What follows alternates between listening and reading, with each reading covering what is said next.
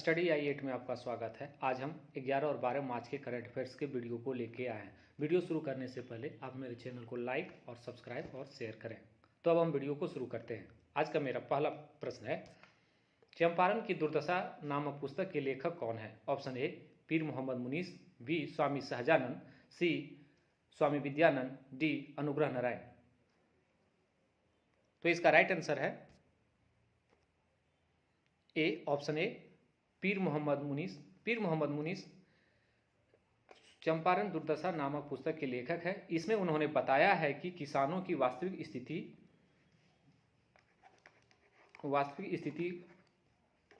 स्थिति को बताया है तथा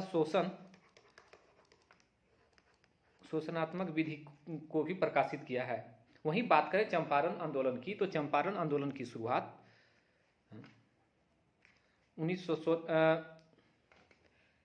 चंपारण आंदोलन का शुरुआत की हम बात करें तो 1917 में हुआ था। लेकिन उससे पहले क्या हुआ था कि 1916 में कांग्रेस के लखनऊ अधिवेशन में गांधी जी के 1916 में कांग्रेस के लखनऊ अधिवेशन में गांधी जी ने उस अधिवेशन में भाग लिया।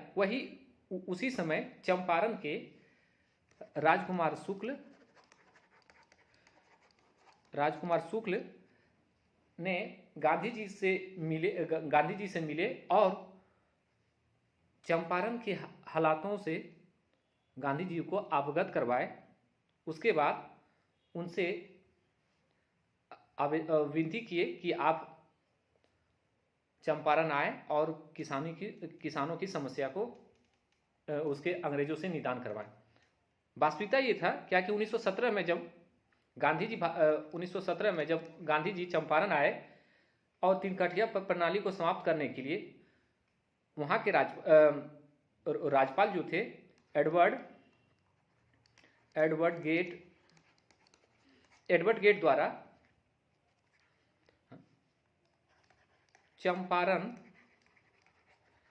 चंपारण एग्रीगियन कमिटी का गठन करके तीन कठिया प्रणाली को समाप्त किया। वहीं बात करें तो गांधी जी की यह सबसे सफल और ये पहला प्रयोग था सत्याग्रह का। यह पहला प्रयोग था भारत में सत्याग्रह का। वहीं बात करें तो गांधी जी बिहार कब आए, तो गांधी जी सबसे पहली बार कब आए? 1917 में आए। उसके बाद 1920 में आए। 1920 में कब? 1920 में असहयोग आंदोलन के समय आए। उसके बाद 1925 में आए और 1925 में आए, फिर 1927 में भी आए गांधी जी। 1927, 1925 और 1934 में भी आए जब बिहार में भूकंप आया था। और वहीं बात करें बिहार में तो 1922 में ही गया में कांग्रेस का वार्षिक अधिवेशन हुआ था और इसमें अध्यक्ष चित्तरंजन दास थे। तो इनके बारे में बस इतना ही। आज का दूसरा प्रश्न, हाल ही में किस देश की सेना के अनुसंधान केंद्र ने भारत के Centre for Land Warfare Studies के साथ समझौता ज्ञापन पर हस्ताक्षर किए हैं? Option A Australia, B Japan, C Sri Lanka, D इनमें से कोई नहीं। तो इसका राइट आंसर है ऑप्शन ए ऑस्ट्रेलिया। ऑस्ट्रेलिया देश की सेना के अनुसंधान केंद्र ने भारत के Centre for Land Warfare Studies के साथ समझौता ज्ञापन पर हस्ताक्षर किया है और वहीं बात करें तो सेंटर फॉर लैंड वारफेयर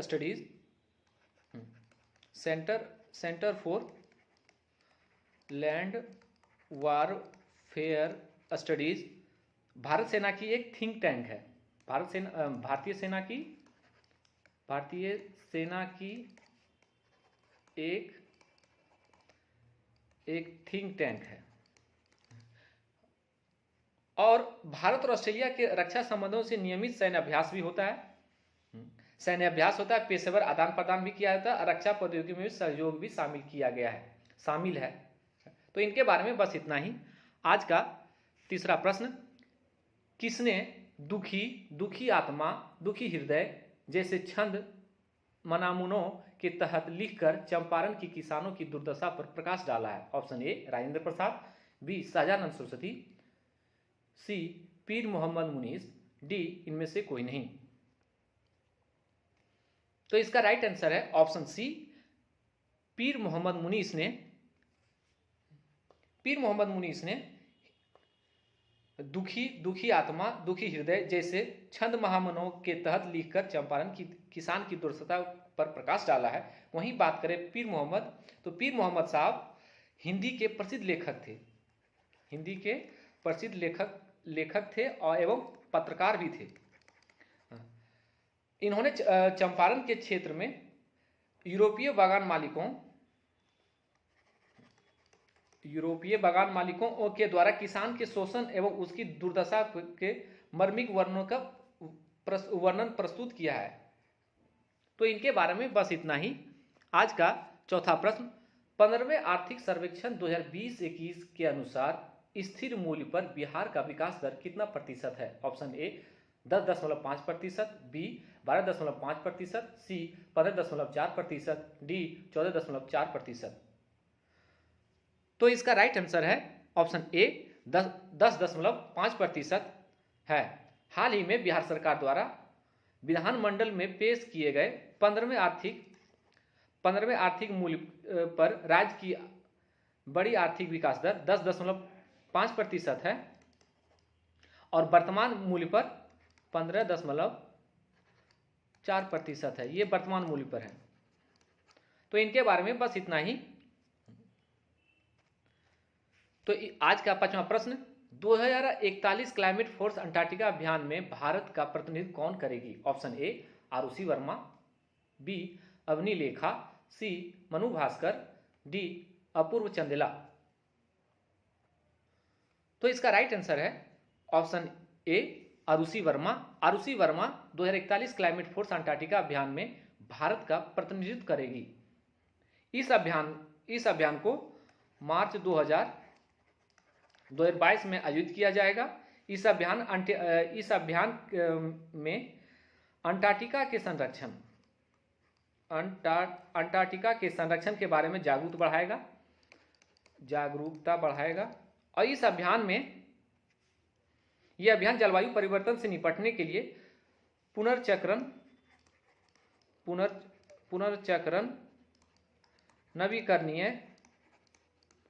नवीकरणीय ऊर्जा और स्थिरता समाधानों को बढ़ावा देंगे। इस अभियान का मुख्य उद्देश्य जान ले तो इस अभियान का मुख्य उद्देश्य है अक्षय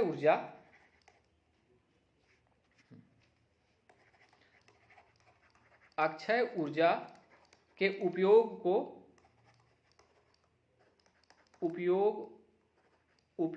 को बढ़ावा देना है। ये अभियान 12 दिन तक जहाजों से सफर तय किया जाएगा दक्षिणी ध्रुव पर। 12 दिन तक जहाज से यह सफर तय किया जाएगा कहाँ? पृथ्वी के दक्षिणी ध्रुव पर किया जाएगा। इस अभियान में लीडरशिप ऑन द एज कार्यक्रम भी शामिल है। तो आज का छठा प्रश्न, हाल ही में कितने राज्यों में विधानसभा चुनाव के नतीजे घोषित कर दिए गए हैं? Option A 2, B 3, C 4, D 5। तो इसका राइट आंसर है ऑप्शन डी 5। 5 राज्यों में विधानसभा के चुनाव के नतीजों को घोषित कर दिए गए। वही 5 राज्य में से 4 राज्यों में भारतीय जनता पार्टी की सरकार बनी है, जिसमें यूपी, उत्तराखंड, गोवा और मणिपुर शामिल है।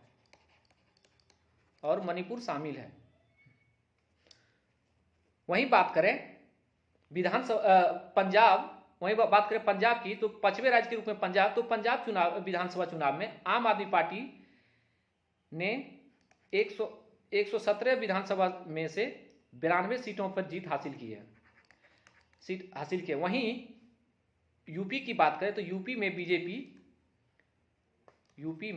बीजेपी लगातार दूसरी बार ऐतिहासिक कार्यकाल को फिर आगे कार्यकाल में आ गए हैं और आदित्य योगी नाथ दूसरे कार्यकाल के लिए मुख्यमंत्री के लिए अपना प्रस्तुत कर दिए हैं। वहीं बात करें तो बीजेपी 403 सीट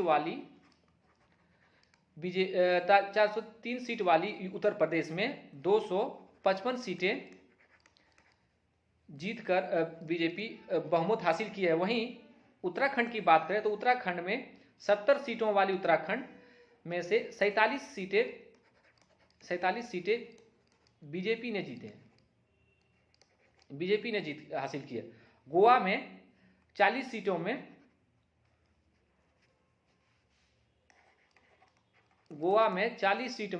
20 सीट बीजेपी जीत हासिल की है।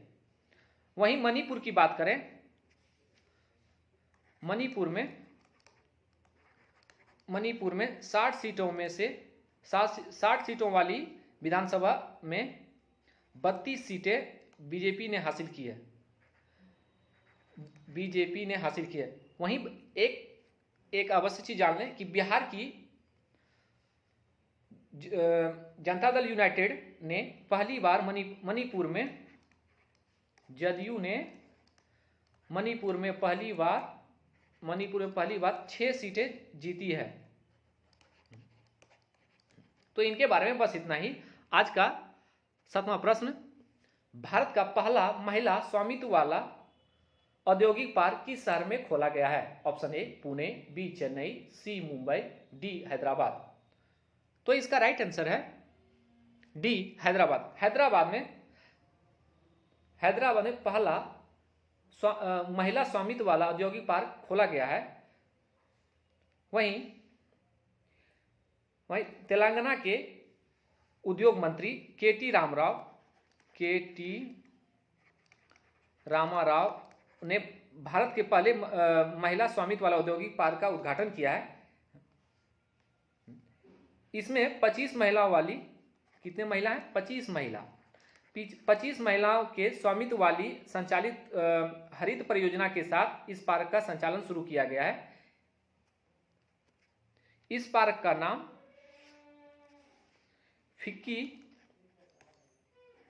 फिक्की लेडीज ऑर्गेनाइजेशन,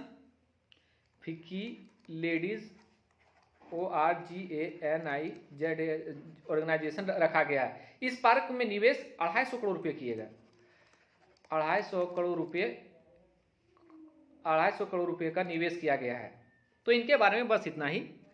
आज का 8वां प्रश्न, किस राज्य की सरकार ने हाल ही में मातृशक्ति उद्यमती योजना की घोषणा की है? Option A Punjab, B Delhi, C Chhattisgarh, D Haryana. तो इसका राइट आंसर है ऑप्शन डी हरियाणा। हरियाणा राज्य ने हाल ही में मातृशक्ति उद्यमती योजना की घोषणा की है।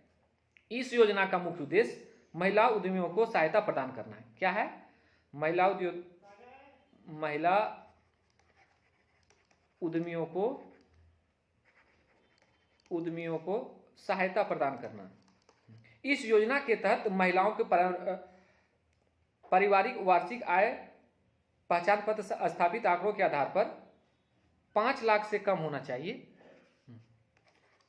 5 लाख से कम है तो उन्हें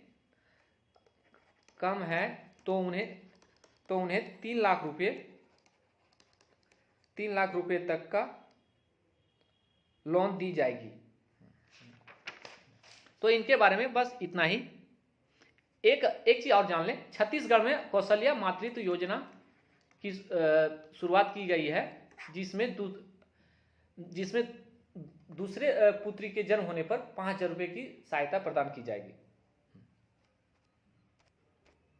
आज का 9वां प्रश्न, किस देश की पर्यावरण वकील रिजवाना हसन को हाल ही में अंतर्राष्ट्रीय महिला साहस पुरस्कार के लिए चुना गया है? Option A Pakistan, B Afghanistan, C Bangladesh, D Iran.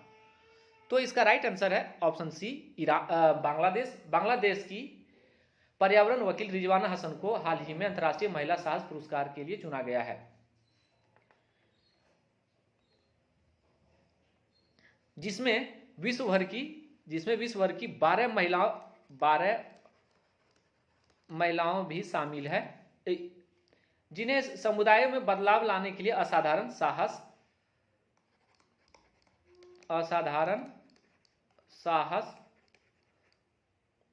साहस और नेतृत्व दिखाने के लिए अमेरिकी विदेश विभाग द्वारा यह पुरस्कार सम्मानित किया जाता है। तो इनके बारे में बस इतना ही। आज का 10वां प्रश्न, किडनी दिवस कितने मार्च को मनाया गया है? Option A 1 March, B 3 March, C 8 March, D 10 March. तो इसका राइट आंसर है ऑप्शन डी 10 मार्च। 10 मार्च को किडनी दिवस मनाया जाता है। किडनी दिवस मार्च के दूसरे गुरुवार को मनाया जाता है। मार्च के दूसरे गुरुवार को मनाया जाता है। वहीं बात करें 1 मार्च को, तो 1 मार्च को शून्य भेदभाव दिवस मनाया जाता है। इस दिन शून्य भेदभाव दिवस मनाया जाता है। और विश्व नागरिक सुरक्षा दिवस भी मनाया जाता है। विश्व नागरिक सुरक्षा दिवस भी 1 मार्च को ही मनाया जाता है। और नागरिकता संबंधी प्रावधान अनुच्छेद 5 से 11 के बीच में है, संविधान के भाग 2 में है। भाग 2 में है। वहीं बात करें 3 मार्च की,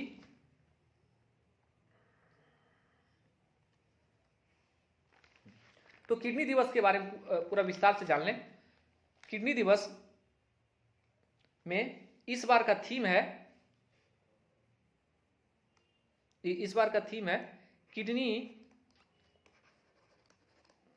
किडनी हेल्थ फॉर ऑल।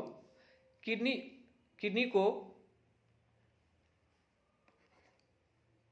की यूनिट को नेफ्रॉन कहा जाता है। इसके अध्ययन को नेफ्रोलॉजी भी कहा जाता है।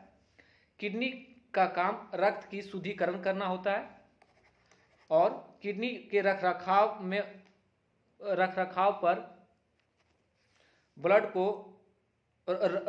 में खराब हो जाने के कारण पूरे शरीर से ब्लड निकालकर उसको डायलिसिस किया जाता है। जिस मशीन में किया जाता है उस मशीन का नाम डायलिसिस है। किडनी के ऊपर मिलने वाली ग्रंथियों को एडिनल ग्रंथि कहा जाता है। तो इनके बारे में बस इतना ही। आज का 11वां प्रश्न, भारत के किस राज्य ने मिशन इंद्रधनुष में पहला स्थान हासिल किया है? Option A Himachal Pradesh, B Maharashtra, C Orissa, D Chhattisgarh.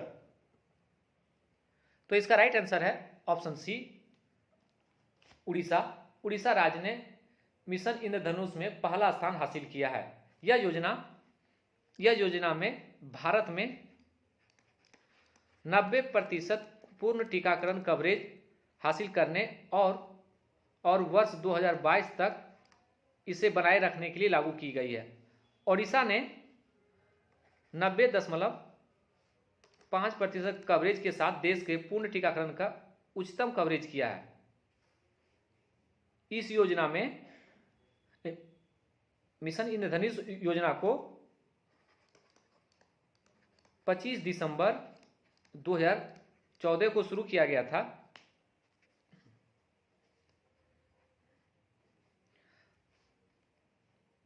Mission इंद्रधनुष योजना में टीकाकरण में महिलाओं और बच्चों को टारगेट किया जा रहा है टीकाकरण के लिए। वहीं बात करें 25 दिसंबर को इस योजना मिशन इंद्रधनुष की शुरुआत की गई थी, जो अटल बिहारी वाजपेयी के जन्मदिवस के उपलक्ष्य में था। वहीं अगर स्वास्थ्य संबंधी और सी योजना है तो जान लें, तो एक है आयुष्मान भारत। आयुष्मान भारत योजना जो 23 सितंबर 2018 को शुरू किया गया था। कहाँ? रांची में शुरू किया गया था। इसमें 5 लाख रुपए प्रति परिवार को और प्रति वर्ष स्वास्थ्य बीमा उपलब्ध कराया जाएगा। आयुष्मान भारत राष्ट्रीय स्वास्थ्य प्राधिकरण द्वारा क्रियान्वित किया जाता है और इसके हेड अभी आर.एस. कुमार हैं। वहीं एक और है मतलब स्वास्थ्य से रिलेटेड, वो है पीएम आत्मनिर्भर स्वास्थ्य योजना। आत्मनिर्भर स्वास्थ्य भारत योजना, जो प्रधानमंत्री अपने संसदीय क्षेत्र वाराणसी से इसकी शुरुआत किए थे 10 अगस्त को। इस योजना का मुख्य उद्देश्य है स्वास्थ्य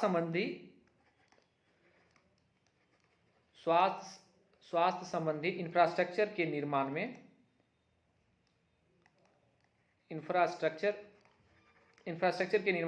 भारत योजना के अंतर्गत किया जाएगा।